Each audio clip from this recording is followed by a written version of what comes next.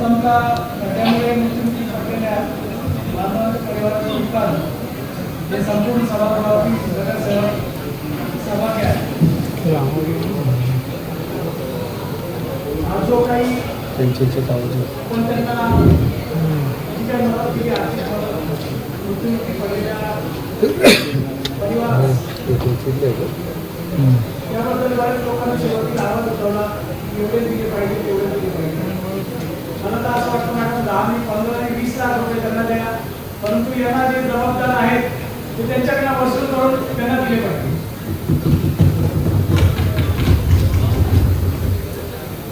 आता आपल्या सांगितलं 1300 कोटी रुपयाचा जो DPR आपण ताब्यात आलेला आहे आणि मुख्यमंत्र्यांनी जनसेवा विभागाने दिला आहे त्याबद्दल आपले सन्माननीय मुख्यमंत्री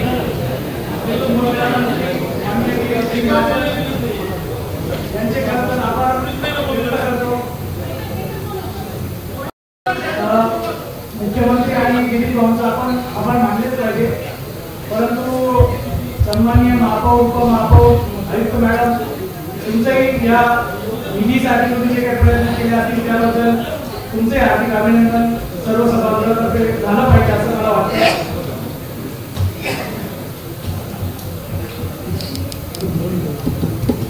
मॅडम आपल्या शहरामध्ये जो काही कुंभमेळा होत आहे त्यासाठीच ही सगळी यंत्रणा राबवली आणि खड्डे पडले. त्या खड्ड्यांसाठी आज ही विशेष महासभा आपण घेत आहोत. मला असं वाटतं की या खड्ड्यांसाठी राजकारण न करता आपण सर्व पक्षीय लोकांनी मिळून अधिकारी असतील आयुक्त मॅडम असतील एक समन्वय समिती स्थापन केली पाहिजे आणि त्या समन्वय समितीने हे जे कामाचं जी काही सुसंगतता बिघडलेली आहे इथून पुढचे काम कसे सुसंगत पद्धतीने होतील आणि हा कुंभमेळा जो आपल्या नाशिक शहराची ओळख संपूर्ण भारतात नव्हे तर जगात आपण निर्माण करणार आहोत. हा कुंभमेळा कसा यशस्वीरित्या पार पडला पाहिजे यासाठी प्रयत्न झाले. त्यासाठी आपण मॅडम माझी विनंती आहे की तुम्ही एक समन्वय समिती गठीत करावी.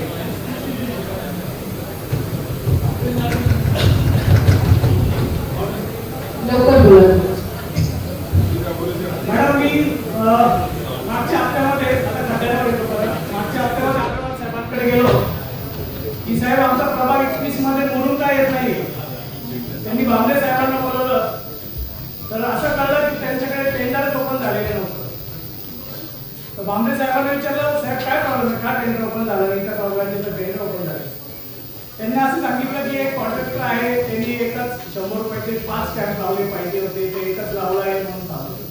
अहो ठेकेदाराचे कागद तुम्ही त्या एका ठेकेदारासाठी सर्व प्रभागाला वेटीस धरले का